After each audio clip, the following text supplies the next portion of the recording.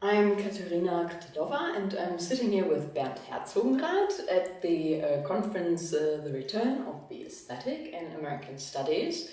And Bernd has entitled his lecture Towards Practical Aesthetics. So he's proposing this new kind of aesthetics. And my first question would be, so aesthetics has been focusing on aesthetic practices for quite some time now, not only focusing on the artwork or the author, but the practice itself. But you are rather looking at the practice of aesthetics itself. So this is even a more radical view, maybe, and I'm asking, is this practical turn, the practice, in how far is that really the important thing for you, this different practice of aesthetics? What can we understand by talking about practical aesthetics? Yeah. Okay, so let me just give you, first of all, a kind of historical answer. So I took my cue of basically the founding text of aesthetics, Alexander Baumgarten's Ästhetica in 750, and there he talks about aesthetics as a kind of almost hybrid of science and art. So he says it's the science of the lower faculties and the art of beautiful thinking. And of course you have that in the idea of aesthetics from the perspective of the artist or the artwork, that there is research included, but it's also about creating something beautiful, however you would call it.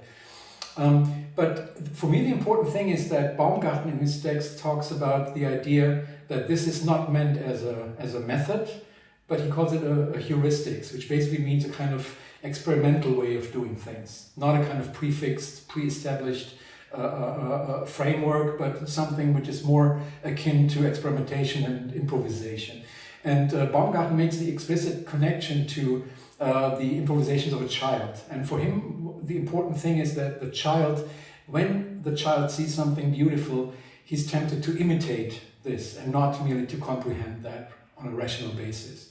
And luckily for me, the second part of the book Ästhetica was meant to be called Ästhetica Practica.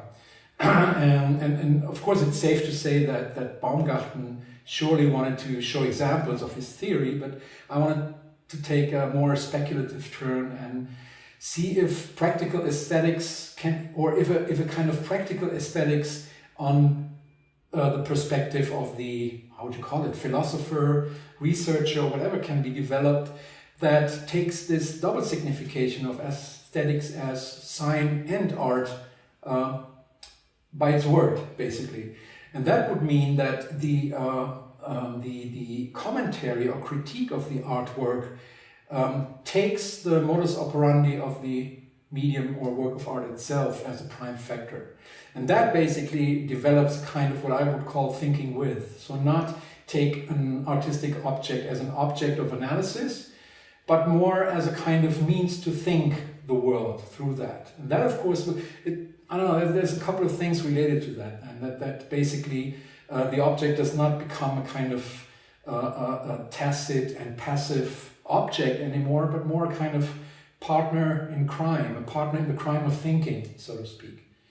And of course that's a practice. It's not theoretical. Theoretical not only in terms of that there's no fixed method. So every artwork allows for or asks you for different ways of thinking with. So it's always different, and it's always both pragmatic and experimental. And on the other hand, if you understand theory as a framework that is imposed from the outside by an already pre-existing mode of thought, then this is also a kind of totally opposite approach to that, because it takes immanent criteria in order to talk about the work of art. You were referring to media philosophy in your talk as maybe one possibility. I would not say a method, because it isn't a method of analyzing artistic, aesthetic practices, not only artistic but aesthetic practices in general. And I noticed that in your talk you were referring only, I think, to film, that all your examples had to do with film, and you were speaking about Lorenz Engel, quoting Lorenz Engel, who's also working with film, also television, but mainly film. Right. So what about other media? What about thinking with, in, through other media than film? Yeah. I'm highly interested in that. So I've tried to develop something that I called sound thinking or sonic thinking, which would use the medium or the art form of sound to do that. The thing is that another term I used was media philosophy. And for me, the problem with that is, on the one hand, this is something that I'm really for, but of course, media philosophy cannot mean that there's a unified theory that in a way doesn't make a difference what kind of art form you're talking about. So media philosophy might, if at all, be more of a kind of umbrella term for that thing, but should not imply a kind of unified method again. Right? So I think that there's film philosophy, television philosophy, sound philosophy, you name it. Yeah? And I think the only thing they share is not so much a content or a kind of fixed theoretical framework, but again, basically the fact that their attempt is to think with, not to think about. And I think this is what connects all those different strands. Maybe a bit a blasphemic question, talking about media philosophy. I was thinking about Friedrich Kittler and his media theory, because he also says in a way that that thinking and philosophy can be really reduced to technology, that thinking takes place in technology. We don't really need philosophy anymore because computers do what we call thinking. So how would you deal with this challenge to philosophy?